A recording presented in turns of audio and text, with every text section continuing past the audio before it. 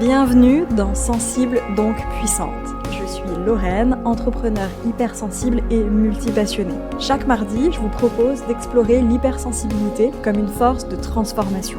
Dans ce podcast, je souhaite faire dialoguer psychologie, déconstruction sociétale et spiritualité ancrée pour vous aider à incarner votre vraie nature dans toute sa complexité, sans concession. Que vous soyez une sentinelle, une idéaliste ou une femme en quête de sens, vous êtes au bon endroit.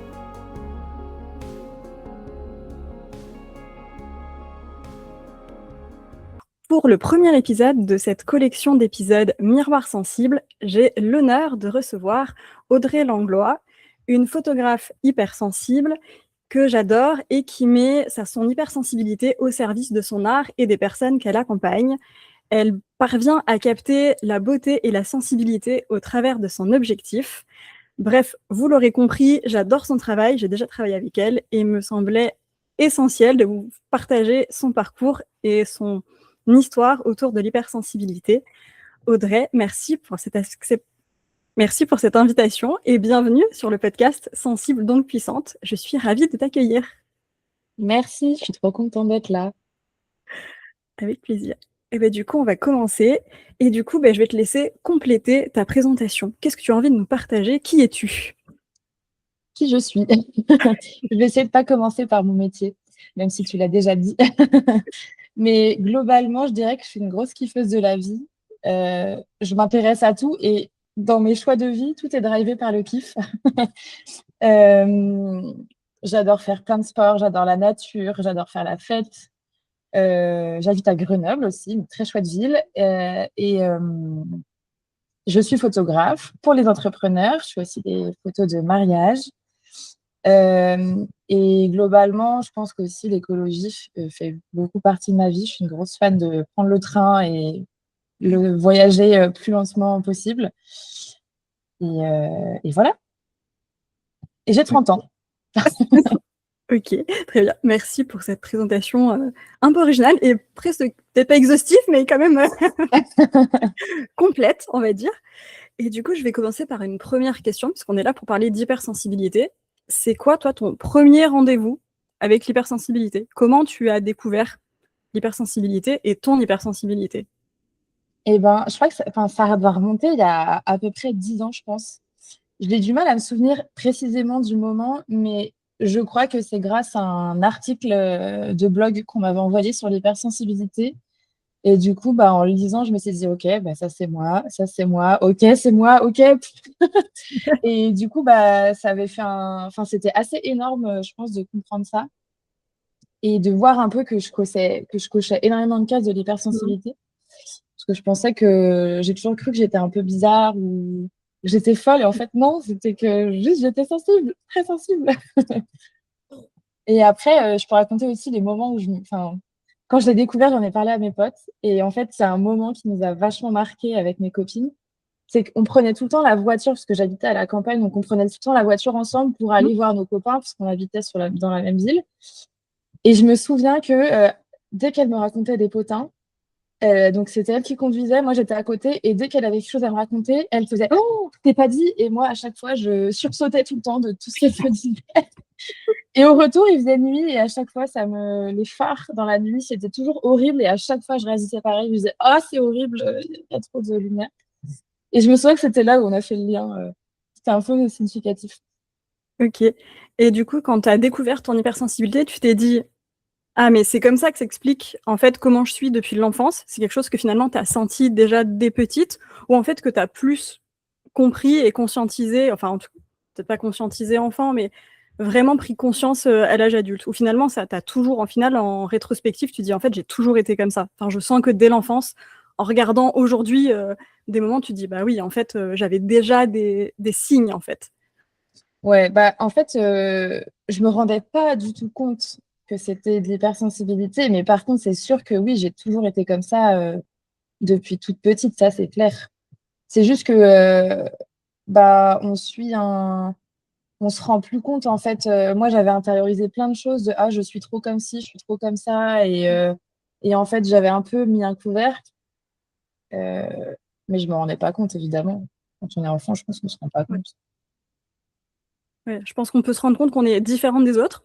Juste, on capte Ouais, une différence. C'est bizarre, pourquoi je réagis autant, ou pourquoi les gens ils font des remarques sur comment je réagis, ouais, comme si ouais, c'était pas approprié, alors que pour toi, c'est juste ce qui vient hyper spontanément, de manière hyper naturelle. Et ouais. c'est un peu, d'ailleurs, je sais pas, toi, comment tu as vécu ça dans l'enfance? Est-ce que finalement, tu as été dans un environnement plutôt bienveillant, qui a su comprendre cette hypersensibilité, ou finalement tu t'es un peu suradapté ou adapté au retour Bah, que tu peux avoir? je pense, j'ai pas grandi dans un contexte complètement chaotique. J'ai été aimée, entourée, soutenue, mais je pense quand même que j'avais pas vraiment l'espace. Et j'en veux pas à mes parents parce que je sais qu'ils ont fait ce qu'ils ont pu, mais je pense ils étaient un peu démunis face à tout ça. Et d'ailleurs, je pense que quand tu parlais des remarques des autres, bah, je pense que c'était un peu ce qui m'a fait me rendre compte que j'avais peut-être un problème. C'était les remarques parce que c'était, ah, mais tout est toujours trop pour toi. Ou même, en fait, quand j'étais enfant, je pleurais énormément. Je pleurais vraiment beaucoup et mes parents, ils étaient un peu démunis ils savaient pas trop quoi faire, quoi. Et après, il y a ce penchant-là qui est pas ouf. Mais après, il y a aussi un penchant trop chouette où ma mère m'a raconté, mais je me rendais pas compte qu'il y avait mon petit frère. Donc, mon petit frère, on n'a que 2 ans et demi d'écart. Et quand on faisait les sorties scolaires, lui, il rentrait à la maison et ma mère lui demandait alors, c'était cool, vous avez fait quoi? Il était là, ouais, ouais, c'était cool. Et hop, il partait, tu vois. Et moi, j'avais toujours plein de trucs à raconter. Ah, c'était trop bien, on a fait ça. Et puis, j'étais toujours hyper intéressée par les sorties. Enfin, tout était toujours trop chouette. Ouais, Donc, bah, double tranchant, quoi. Enfin, c'est la définition de l'hypersensibilité, je pense. Mais exactement. c'est juste que c'était pas facile parce que j'ai beaucoup pleuré quand j'étais enfant. On m'a fait comprendre que c'était pas, Mmh. que je devais pas laisser autant sortir mes émotions. Et je pense qu'on me l'a fait comprendre pas par des manières très chouettes. Et du coup, je pense que j'ai beaucoup intériorisé après ça pendant longtemps, longtemps, longtemps. Ouais. Bon, je pense qu'on est beaucoup à passer par Ouais, là, malheureusement, ouais. puisqu'on reste minoritaire dans la société. Donc, du coup, c'est pas un comportement qui est commun. Donc, du coup, Mm, la mm. majorité des gens ne savent pas comment le prendre ou le comprendre. Et donc, du coup, je trouve ça chouette qu'on en parle de plus en plus. Parce que même si on Ouais. est moins nombreux, bah, je trouve ça cool d'apprendre à comprendre aussi comment les autres vivent. On parle beaucoup de neuroatypie, etc. Et je trouve ça toujours, que ce soit hypersensibilité ou autre chose, HPI ou autre, Ouais. de voir un petit peu comment les gens fonctionnent pour mieux se comprendre, même si nous, on ne se sent pas forcément concernés. Je Et trouve même ça... pour les gens qui nous entourent aussi, parce que au final, je pense qu'il y a beaucoup de gens on n'a juste pas appris à comment on fait en fait avec les personnes dont les émotions débordent. Et ben, souvent, on a tendance à les réprimer, alors que c'est juste qu'on n'a pas appris. Et du coup, bah, nous, ça nous fait un espèce de miroir, et donc c'est pas facile. Donc, je pense qu'il y a aussi ce sujet-là des personnes qui nous entourent qui sont pas forcément dans cette catégorie-là, quoi. Enfin, catégorie, j'aime pas trop dire ça, mais en tout Oui, cas, je sais pas, on se ça comprend. nous aide. Voilà, on se comprend. C'est comme on disait un peu avant, c'est une étiquette qui nous aide à des moments, qui nous aide à mieux nous comprendre, mais c'est pas là pour nous enfermer. On n'est pas que ça. On n'est pas que Ouais, hypersensible, etc. Et du exactement. coup, maintenant, comment tu vis ton hypersensibilité au quotidien? Comment elle se manifeste globalement chez toi? C'est quoi ce qui est plus marquant, on va dire Euh, Bah, je pense que c'est le fait que je ressens tout très fort. Donc, quand ça va hyper bien et tout le monde est au courant que ça va très bien. Du coup, je suis très enthousiaste, que ce soit avec mes potes ou avec mes clients. Enfin, je suis vraiment quelqu'un d'enthousiaste en permanence. Mais du coup, quand ça va pas, bah, c'est très dur pour moi de le cacher et du coup, ça va vraiment mal. Hmm. Je pense qu'il y a aussi l'hypersensibilité au bruit et aux odeurs. Enfin, en tout cas, dès qu'il y a des bruits forts, en fait, Hmm. je peux vite sursauter à quelque chose et je peux vite être hyper fatiguée quand il y a des environnements bruyants. Ce qui est assez paradoxal parce que j'adore, par exemple, les soirées techno où c'est que du Hmm. boum boum très fort, mais que j'adore. Ouais. Mais en Il est tout cas, choisi. ouais, exactement, il est choisi. Euh, je réfléchis, mais en tout cas, c'est majoritairement ça, je pense. Puis je pleure beaucoup, enfin, je pleure vite. Puis je suis très. Hmm. Ah voilà, il y a aussi ce truc-là sur le côté éponge émotionnel, où en fait, quand je suis avec des gens, bah, je prends toute l'énergie des gens qui sont en face de moi. J'analyse énormément sans m'en rendre compte ce qui se passe en face de moi. Donc, je pense que j'ai aussi une très grosse forte capacité d'adaptation, de Oui, lire un peu mon environnement pour pouvoir bah, m'y adapter. Du coup, bah, à chaque fois, il y a toujours un revers, en fait. Il y a le côté trop ouais, chouette, c'est OK, du coup, je suis hyper empathique avec mes clients, c'est trop bien parce que quand je les shoot, bah, je peux vraiment très vite cerner ce qui se passe pour eux et du coup, créer un cadre pour qu'ils se sentent bien, voir la beauté partout et tout. Mais du coup, ça me draine énormément et c'est très fatigant, quoi. Mais je m'en suis rendu compte il n'y a pas si longtemps que ça, la fatigue ouais, liée à tout ça, en fait, le fait qu'on capte tellement tout. On a toutes nos antennes qui sont sorties et ouais, du coup, bah, des fois, nos antennes, elles sont fatiguées, quoi. c'est ça. Et on est un petit peu en surchauffe. On a capté beaucoup de choses et on a un besoin Ouais. de faire un petit reset. OK, et du coup, tu penses qu'à quel point, parce que moi je l'ai beaucoup vu dans ton métier, mais à quel point tu penses que ton hypersensibilité a guidé finalement ton parcours professionnel? Très bonne question.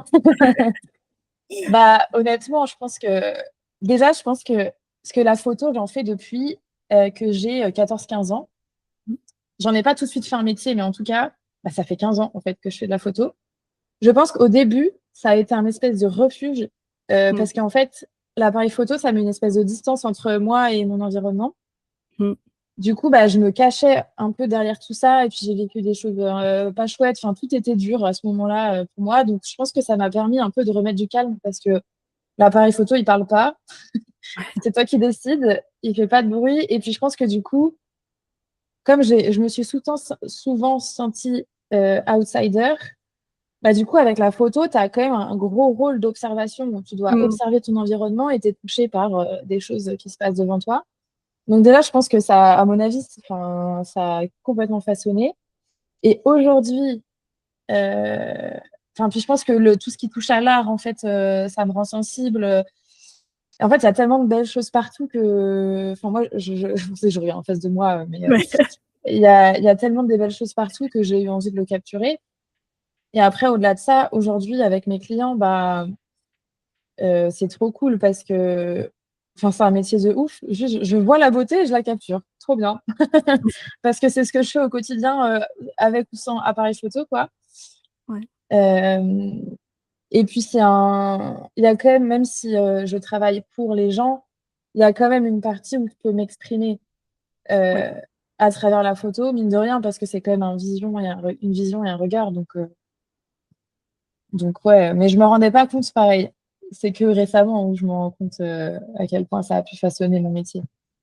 Et Ouais. puis, je pense aussi à le sujet de l'entrepreneuriat, Ouais. parce que j'adore, au-delà d'être photographe, j'adore être entrepreneur, Mmh. parce que c'est moi qui décide. Et puis, il y a tous les sujets à maîtriser qui gravitent autour du métier de photographe. En fait, quand on est entrepreneur, on a plein de métiers. Et du coup, je pense que comme je gère mes horaires, je passe beaucoup de temps seule finalement, bah, je pense qu'aussi je me régule comme ça et ça me va comme ça plutôt que d'être dans un environnement salarié où il y a une équipe, où il y a, même si je pense que j'aimerais bien, mais ça me drainerait beaucoup plus à mon avis. Ouais, je vois très bien. Oui, l'entrepreneuriat te permet de, bah, justement façonner tes journées et ton agenda, comme tu l'entends, en fonction de ton énergie, de dire: «Bah, là, je me Ouais, sens enthousiaste, je suis en haute vibration, en haute énergie, c'est bon, je peux recevoir des gens, je peux aller discuter» et en même temps, bah, des fois, je peux programmer d'autres moments plus calmes quand j'ai besoin de ouais, redescendre et cetera. ouais, Et moi, ce que j'ai l'impression dans ce que tu dis, depuis avec la photo, depuis ton adolescence, c'est que je trouve ça assez beau parce que j'ai l'impression que, du coup, la photo te permet de rendre tangible tout ce que tu perçois. C'est-à-dire que complètement. ça rend réel, en fait, tes sensations. Parce que, du coup, ça reste, enfin, même si la photo aujourd'hui elle est numérique, il y a quelque chose de matériel, en fait, qui ressort, qui capte, un moment, une énergie, un sourire. Parce que moi, pour avoir fait, une séance photo avec toi, c'est voilà, un fou rire, quelque chose qui était pas prévu, qui est pas posé. Ouais, C'est capter aussi des moments ou même quand tu fais des événements, les mariages, ouais, quel bah, meilleur moment encore où tu te plus les dis: «C'est le mariages. moment de C'est capter vrai, justement ces moments pas je l'avais posés», pas vu comme ça. voilà, comme ça Je l'avais donc pas vu comme ça, mais enfin, oui, d'une certaine manière, mais Mais complètement. Et en plus, il y a autant de photographes. Enfin, tu prends une scène et plein de photographes, on a tous chacun notre vision. Et du coup, oui, complètement. Ouais. Et oui, c'est ce qui fait je dois dire, oui, le talent ou le côté artistique, comme tu dis, c'est le regard. C'est-à-dire, c'est quand même toi qui Mm. décides à un moment. C'est quand même ta vision et ce que toi, tu as envie de capturer. Même si la scène est la même, Ouais, on va pas tous capter et du coup, pas ressentir la même émotion selon les photos. Même si la scène est la même. tout à fait. Et puis, je pense qu'aussi, mon approche de la photo est super liée parce que il y a des photographes où ça va être beaucoup plus mis en scène, ou par exemple dans les photos de mode où vraiment c'est un petit peu plus millimétré et tout, alors que moi, comment je vois la photo, c'est plus des micro-moments que j'essaie de capter. Et même dans les shootings d'entrepreneurs, pardon, même les shootings d'entrepreneurs où on est un peu obligé de réfléchir à l'image qu'on veut renvoyer, des photos utiles et tout, et ben, j'aime quand même choper les micro-moments où il y Mhm. a une forme de lâcher prise pour les gens qui sont en face de moi et hop, je chope ça. Ouais. Et oui. Parce que c'est pas si facile d'être pris en photo. Et Et non, justement, c'est pas l'exercice. de pas avoir l'air figé, de dire ah, de voir le sourire crispé. Ouais, Et ça. Donc effectivement, au bout d'un moment, il faut apprendre à laisser faire et faire confiance. Je pense que c'est le principal, en tout cas de ouais, mon expérience, d'avoir confiance de la personne qui prend les photos. Parce que si t'es pas à ouais. l'aise avec le ou la photographe, ça va être Bah, compliqué pour moi, ça justement de. fait énormément de travail. Ouais. Et c'est ça que j'aime aussi, c'est créer un espace assez sain et assez sécurisant pour que les gens ils disent, OK, c'est bon, avec cette personne, je peux être moi-même. J'ai pas besoin de jouer un rôle ou quoi que ce soit. Et c'est aussi ça qui fait que les photos, elles sont chouettes. Mm. Ok. Et du coup, au-delà de ton milieu professionnel, parce qu'on a déjà un peu Mm. évoqué, où est-ce que tu penses, dans quel contexte, finalement, tu penses que ton hypersensibilité, c'est ta meilleure alliée? En dehors du pro, du coup, parce qu'après, on a un peu arrêté Je ce que tu pense veux. que c'est dans le fait que je j'adore découvrir, j'adore faire des nouvelles choses. Je suis stimulée par énormément de choses et je pense que ça joue. Et puis je pense qu'aussi, je suis un peu, pas addict, mais j'aime ressentir les choses Mm. fortes. Et donc, je suis très connectée avec mes amis. J'adore voyager. Je fais du sport. J'adore, je sais pas, faire des puzzles, rien à voir. Ouais. Mais c'est hyper éclectique, tout ce qui gravite autour de moi. Et je pense que ça me permet de vivre des expériences trop chouettes. Et Ok. les expériences que je vis en elles-mêmes, je les ressens de manière Ouais. chouette, Plus intense. Donc, tu vis dans une forme, tu arrives à intense. maintenir une forme d'intensité et qui te convient, pour une fois, entre guillemets, que tu subis pas, ce qu'on peut ressentir Oui, parfois en tant oui. qu'hypersensible. Et du coup, à l'inverse, est-ce que aujourd'hui il y a encore des endroits, des situations dans lesquelles tu te dis: «Waouh, si je pouvais être un petit peu moins hypersensible, ça serait bien aussi parce que là, fouf!» Bah oui, hein. Déjà, franchement, je pense que la majorité de ma vie, j'ai ressenti ça. Au début, vraiment, je pensais que c'était je ressentais que c'était un fardeau. Je me disais, mais en fait, c'est trop chiant, vraiment, c'est trop dur.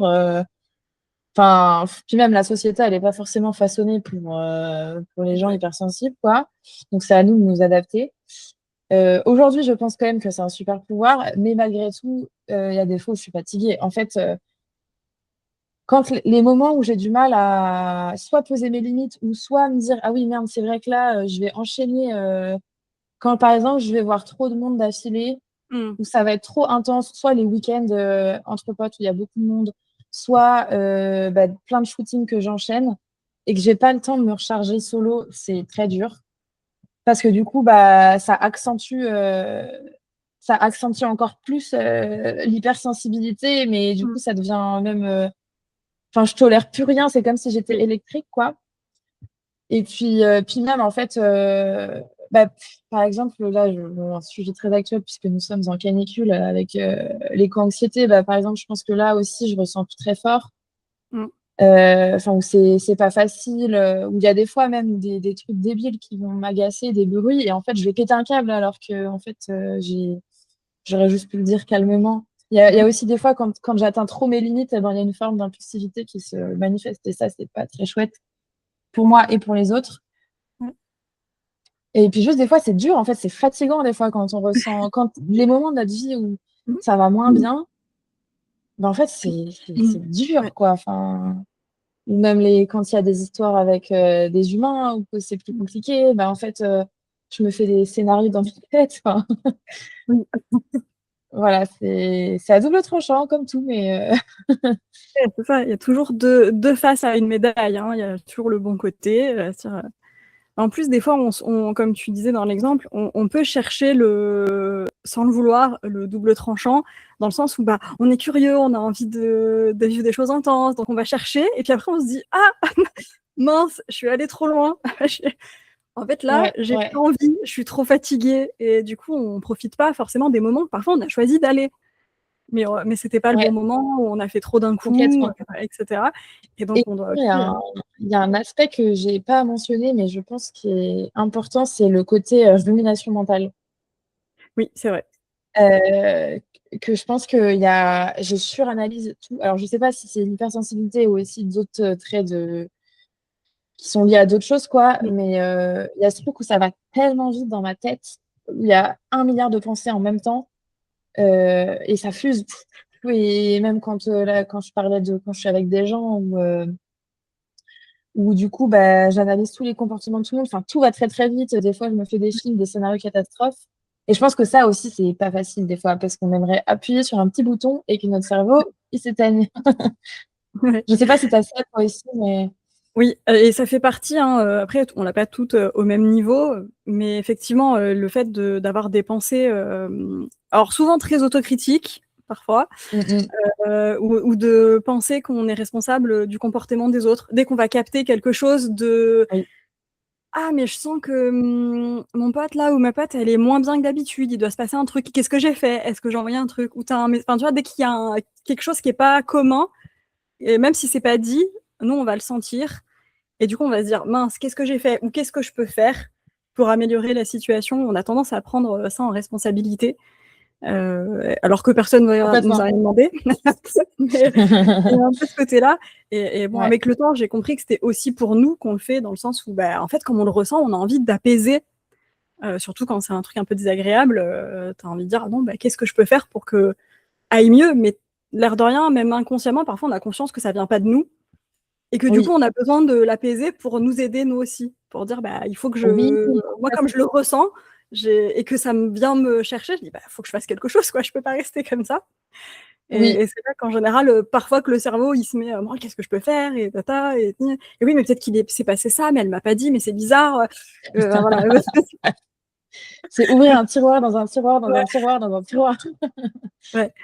Donc, parfois, on arrive à rien à dire, non, mais peut-être ça n'a rien à voir avec soi, mais on peut pas s'empêcher quand même d'avoir un espèce de bruit de fond. Enfin, moi, j'ai l'impression d'avoir tout le temps ça. Oui, c'est exactement ça, un Quelque bruit de chose, fond, ouais. parce qu'on Et a, bout d'un moment, c'est pour ça que la solitude, ça m'apaise ouais. beaucoup, parce que du coup, ça fait aussi taire tout ce bruit-là Mmh. permanent. Ouais.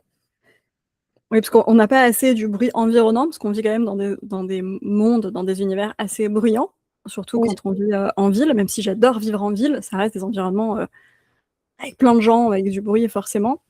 Et du coup, oui, on vient rajouter ça à notre propre bruit de fond qui analyse l'environnement, oui.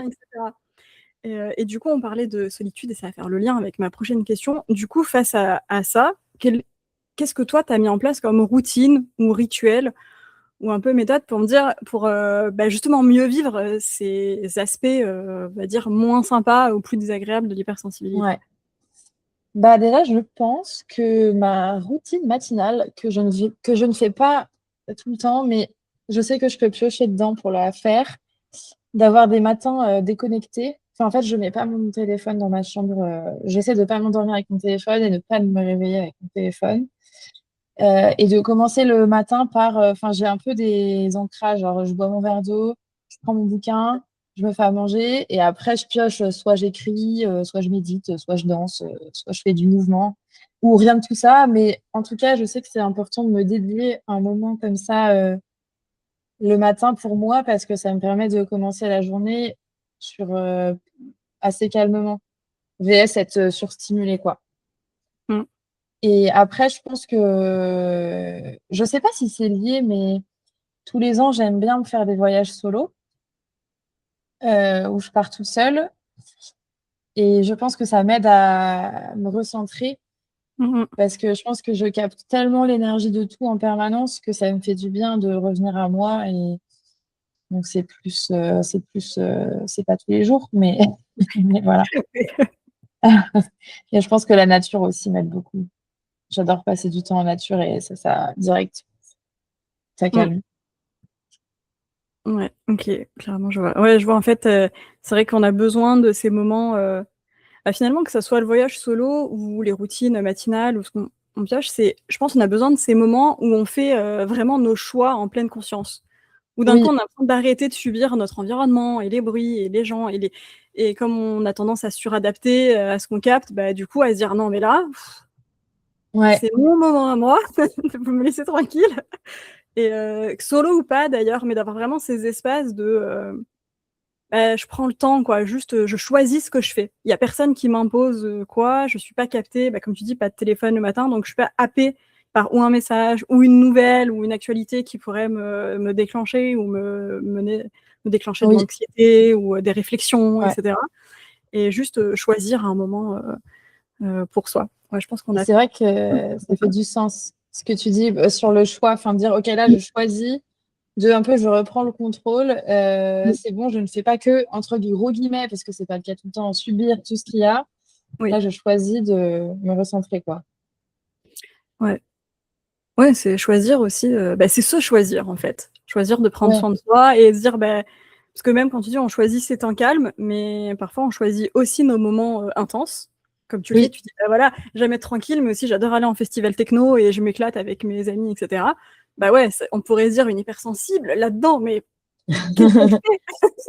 mais je crois que C'est la d'une musique. certaine manière, ça fait taire le bruit de ma tête parce qu'en fait, Oui, c'est tellement ton en plus, comme souvent, il y a des basses assez fortes, mais en fait, ça vibre dans ton corps aussi et donc en ouais, fait, il y a tout mon corps qui est concentré là-dessus et c'est incroyable ouais, la sensation ouais. et je pense que d'une certaine manière, du coup, ça fait tout taire.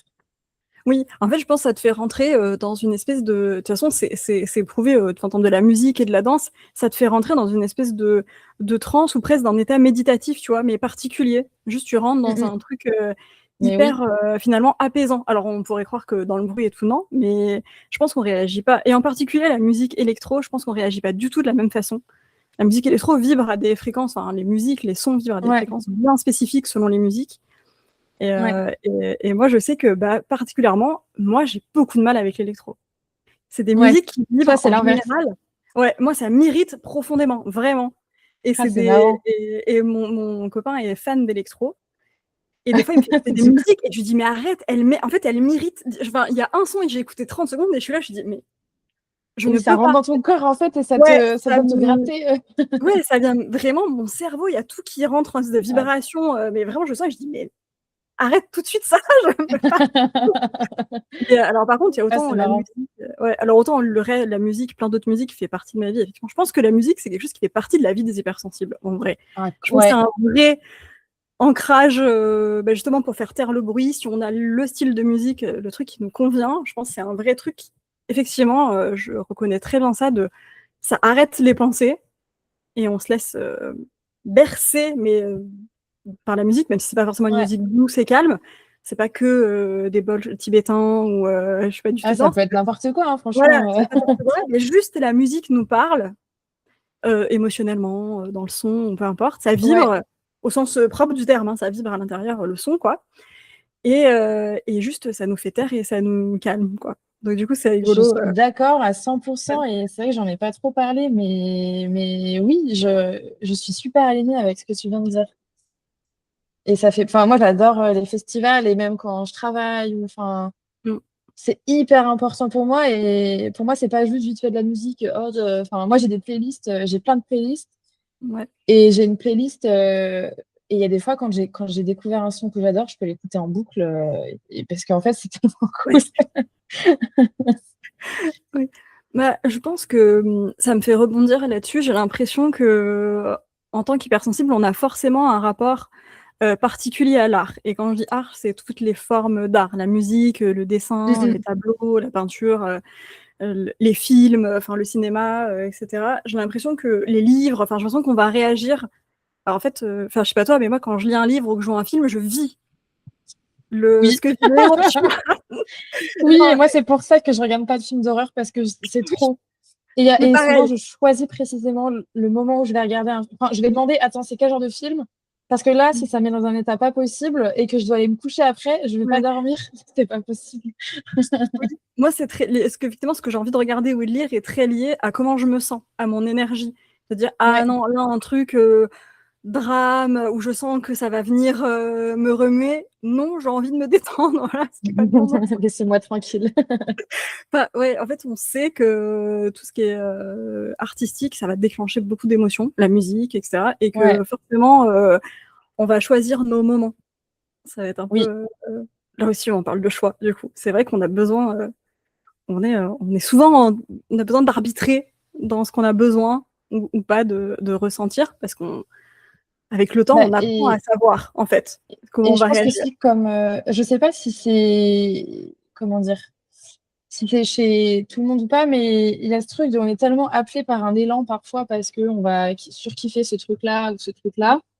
C'est un peu un élan, pas incontrôlable, mais hop là, on y va comme ça, dévalons la pente, allons-y. Et du coup, je pense que ce truc de choix, ça permet de ramener du calme d'une certaine manière. Mm. Ouais. Ouais, ouais, c'est vrai. Je pense que tu as raison sur le fait que bah, l'air de rien, même si j'aime pas dire subir son hypersensibilité, parce que bah, justement, moi, j'ai envie d'accompagner pour sortir de ça, et moi, j'ai fait ce travail Oui. pour moi, et de dire. Mais c'est vrai que, bah, comme ça fait partie de nous, il y a des moments où, justement, on n'a pas le choix. Et en particulier dans des environnements qui sont pas toujours adaptés Mm, mm. euh, à nous, bah, forcément, selon l'environnement dans lequel on est, on subit plus qu'on choisit.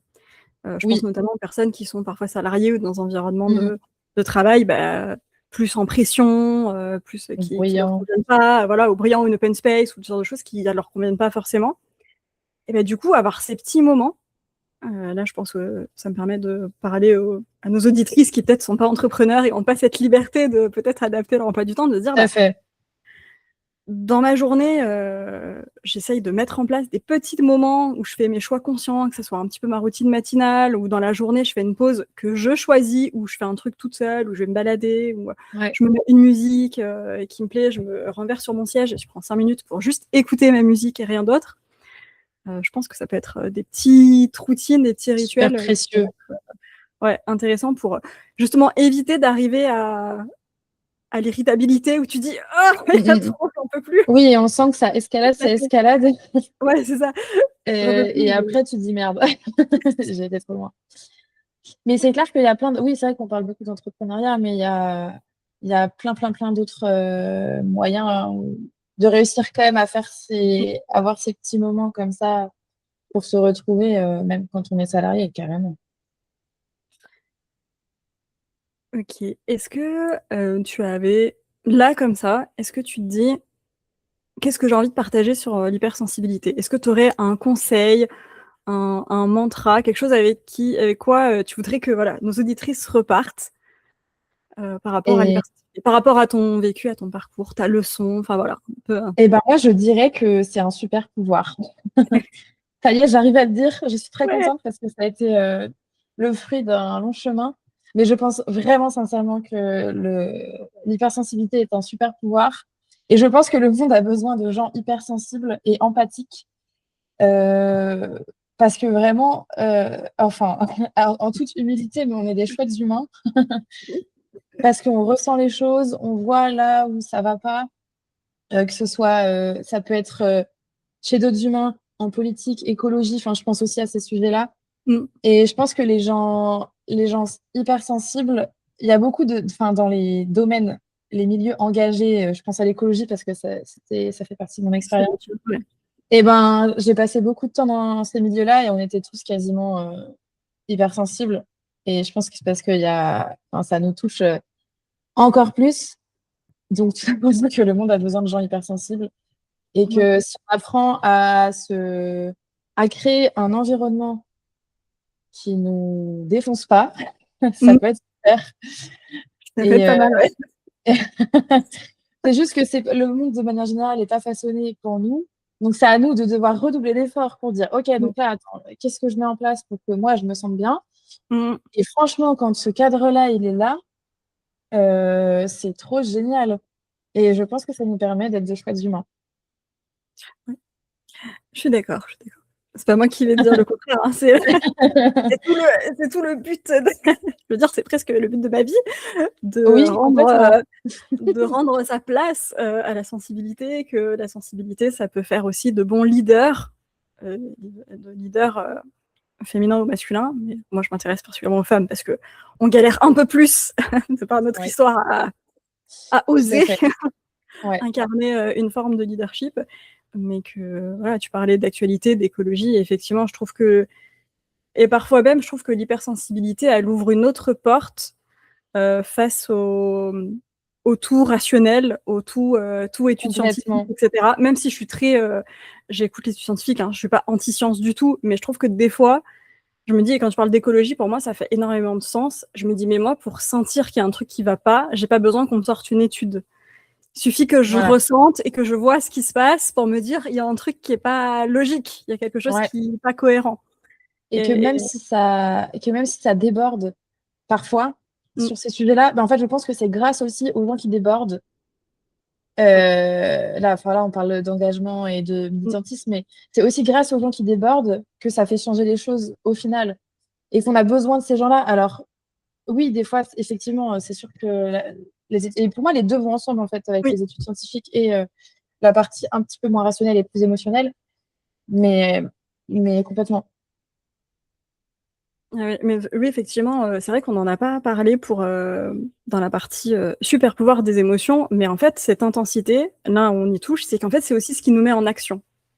Ouais, Finalement, c'est aussi ce qui nous pousse à dire, ouais, bah, parce qu'on le ressent tellement fort qu'on se dit: «Non mais je peux pas laisser sans rien faire». En fait, il y a un truc de je vois, bah, que ça soit, même à notre niveau pour créer, nos entreprises, pour créer, nos offres, nos services, pour proposer, à notre échelle, mais même, dans nos, ambitions, plus larges, nos engagements et cetera. C'est-à-dire, bah, en fait, je ne peux pas, rester sans rien faire. Ça va forcément amener un élan, ouais, créatif, d'action et après on va mettre cet élan, où on a envie.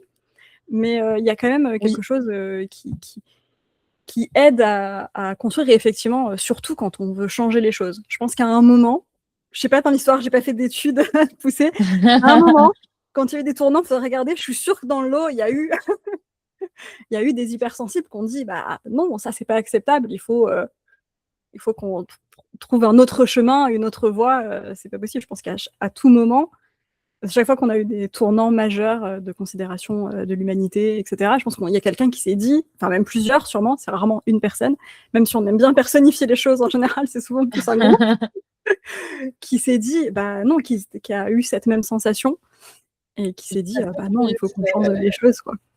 je serais très curieuse s'il y a une étude sur le sujet parce que Écoute, j'ai pas hyper cherché, intéressant, j'avais pas fait gaffe, enfin, j'avais jamais réfléchi à ça, mais bien sûr. mais c'est ce que je me dis, tu vois? Bah, des fois, je le remarque, même la dernière fois que j'ai ressenti ça, c'était alors c'était pas dans l'actualité, mais j'ai regardé un film, en fait, j'ai regardé, Wicked. On déborde un peu, du sujet, mais j'ai regardé la première Il y a pas de partie sur, problème. Netflix. Mais c'est quand même lié à notre sujet d'hypersensibilité et en fait, il se trouve que Wicked, c'est l'histoire du magicien d'Oz avec la sorcière, pour ceux qui connaissent pas, avec, la sorcière, la méchante sorcière de l'Ouest, qui n'est pas encore la méchante sorcière de l'Ouest au moment de Wicked. Mais, il se trouve que j'ai joué ce rôle au théâtre quand j'étais adolescente. J'ai joué la sorcière de l'Ouest au théâtre et je l'ai hyper mal vécu parce que je ne Pourquoi? voulais pas jouer la méchante. C'était, Mmh. enfin, c'est un rôle que j'ai détesté, faire. Je me suis dit: «Ah, j'ai pas envie d'être la méchante». Il y avait vraiment ce truc, très, viscéral, tu sais, un peu, bah, ouais, moi j'étais très petite fille modèle, bonne élève et cetera, donc jouer la Oui. méchante, c'est pas mon truc, quoi. Alors que c'était juste un rôle, hein, mais dans ma tête, c'était, ce que je jouais pouvait être, vu comme ce que j'étais et donc c'était pas OK, quoi. Et donc Mmh. j'avais pas envie de jouer ce rôle et je l'ai quand même fait, hein, mais j'étais pas OK. Et j'ai regardé il y a pas si longtemps Wicked et du coup ça présente finalement, bah, la méchante sorcière de l'Ouest avant qu'elle soit la méchante sorcière de l'Ouest, donc quand elle et là je regarde le film et je me dis: «Mais en fait elle est hypersensible». Et J'adore! c'est ça qui a fait qu'elle est rejetée dans son environnement, qu'elle doit se parce qu'elle justement, elle veut pas rentrer dans les cases, parce que ses émotions lui amènent son pouvoir. ces super pouvoirs, littéralement, ces grandes émotions elle pioche là-dedans la source de son immense pouvoir, parce qu'elle est plus forte que la majorité des gens de l'école où elle va pour apprendre, etc. Ouais. Et puis elle dit, donc il y a plein de moments dans le film où il sort ça, où il y a des phrases, tu te dis, mais en fait, c'est très les caractéristiques de l'hypersensibilité, ça, se sentir un peu décalé, avoir les fortes émotions et du coup pas toujours contrôler, avoir des trucs qui partent un peu dans tous les sens. Et en même temps aussi ce sens de la justice, c'est ce truc de valeur, de dire ah non mais ça, si ça va contre mes valeurs, je peux pas y aller quoi. Et du coup j'ai retrouvé ça et du coup ça m'a changé complètement. Je me suis dit ah mais en fait peut-être que j'aurais dû y voir déjà. Oui, tu n'avais pas encore toutes les clés à ce moment-là pour comprendre.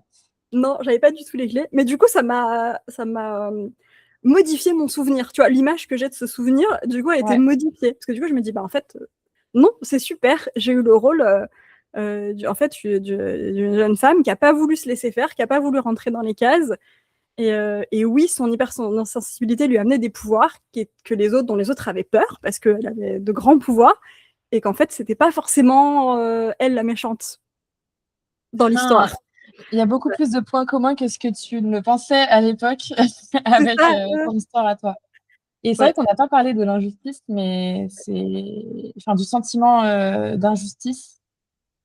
Mais je pense que ça, c'est assez présent, ouais.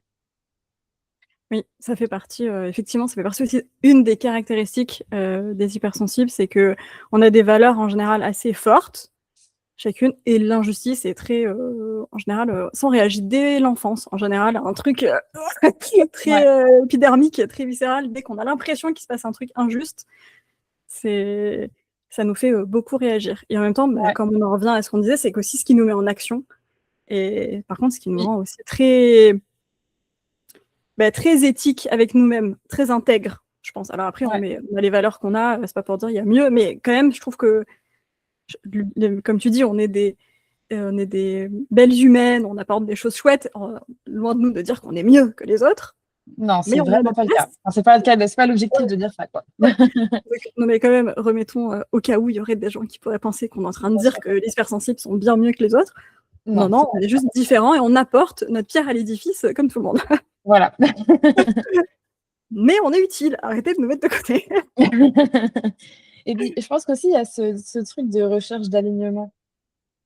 Est-ce que tu penses que c'est lié à l'hypersensibilité, ça, cette volonté de absolument vouloir se sentir aligné?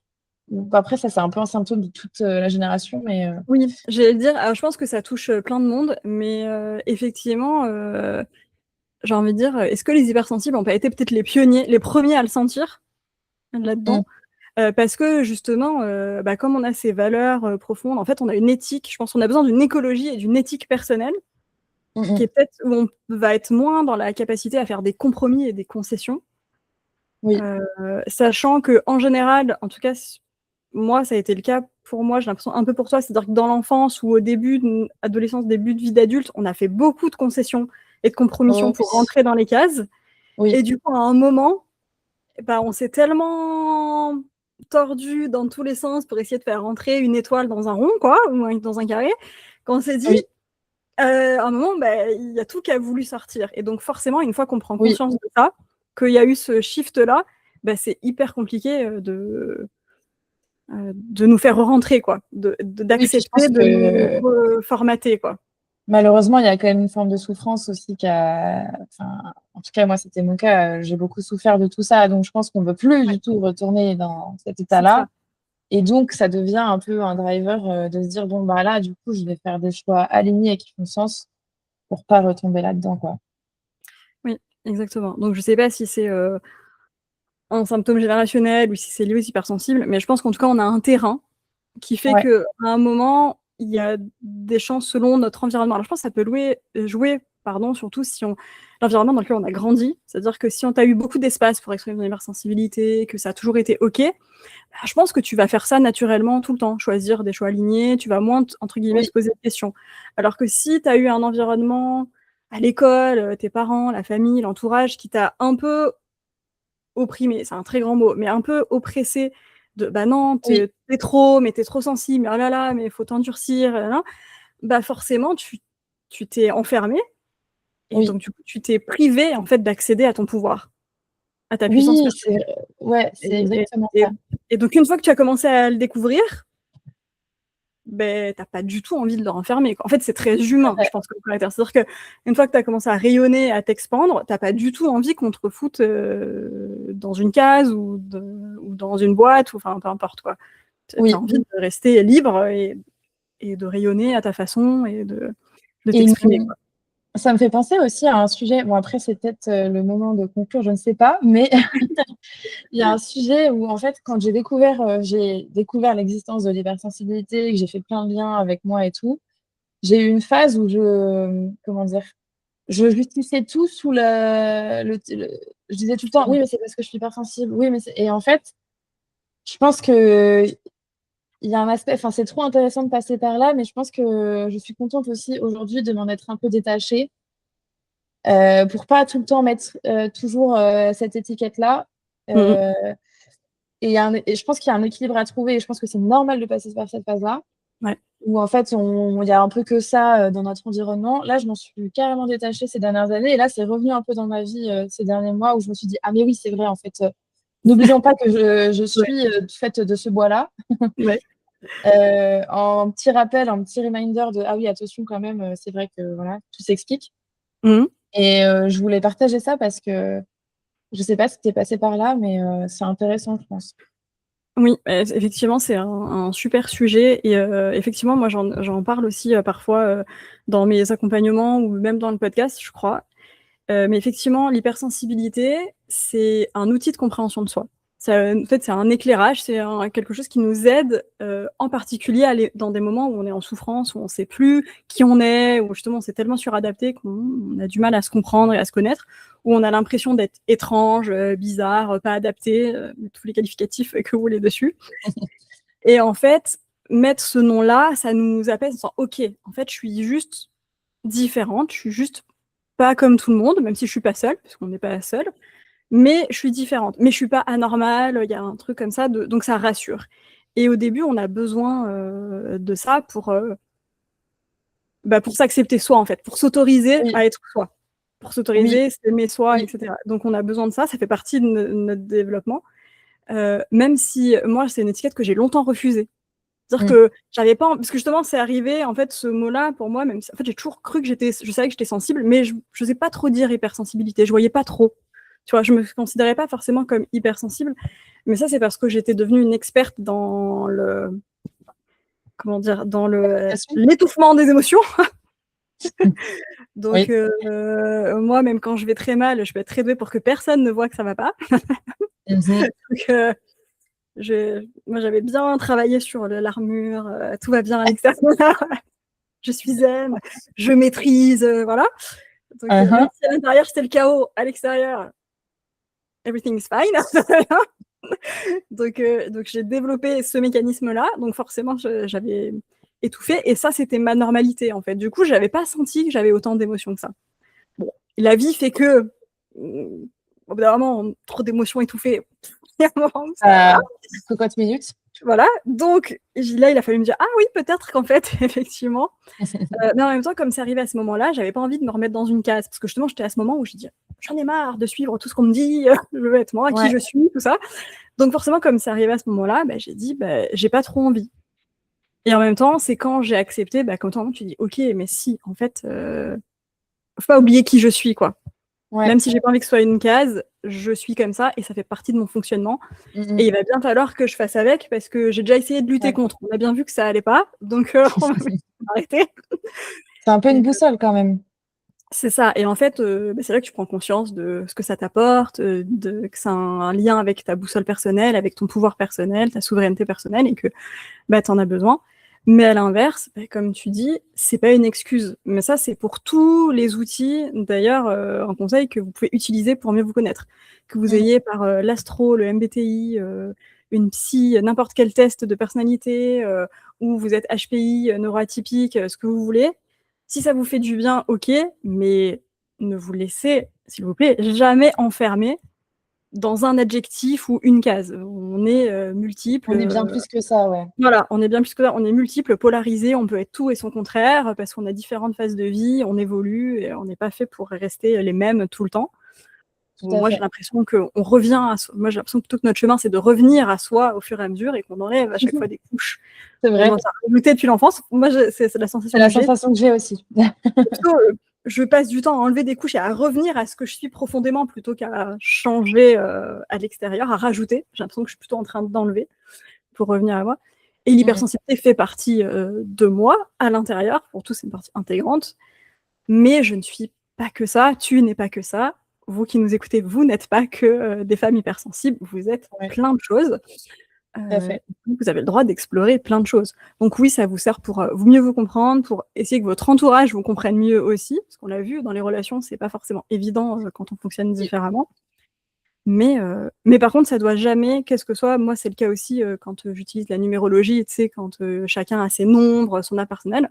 Oui, mais vous n'êtes pas vos nombres, enfin vous n'êtes pas un nombre, c'est pas une excuse pour ne plus réfléchir ou ne plus s'écouter. C'est une aide. Donc, on est un peu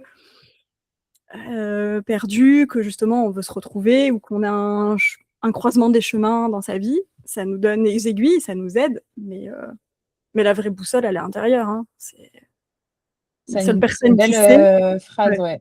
La boussole, elle est à l'intérieur. Ouais. La seule personne qui sait qui vous êtes et ce dont vous avez besoin, c'est vous. Après, des fois, on a besoin d'un petit coup de main pour se voir, parce que voilà, il y a plein de choses de la vie. Mais bien sûr. Moi, c'est toujours mon message, c'est la seule personne qui sait, c'est vous.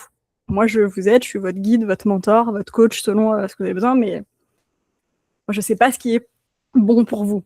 Vous savez. Moi, je vous aide à le voir. Ça revient, oui, ça tout part de nous au final.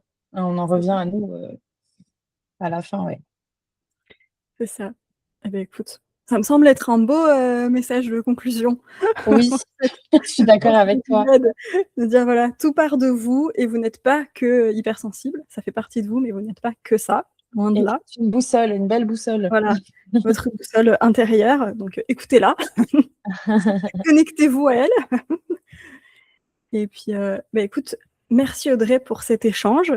Dis-moi si je mettrai dans la description du podcast où te retrouver si les gens veulent découvrir ton travail. On ne sait jamais sur les personnes qui écoutent, qui ont envie de voir ce que tu fais comme travail, que vous soyez entrepreneur, que vous ayez un mariage, un événement bientôt. Avec grand plaisir. D'une photographe hypersensible, spontanée, qui vous met à l'aise, qui capture votre beauté du moment. Voilà, vous trouverez les informations. Je mettrai tes contacts, ton site internet, tout ça dans les notes de l'épisode du podcast. Merci encore, c'était un plaisir. Merci d'avoir joué le jeu pour ce premier épisode. Je suis trop contente. Oui, merci, c'était trop chouette. J'ai adoré.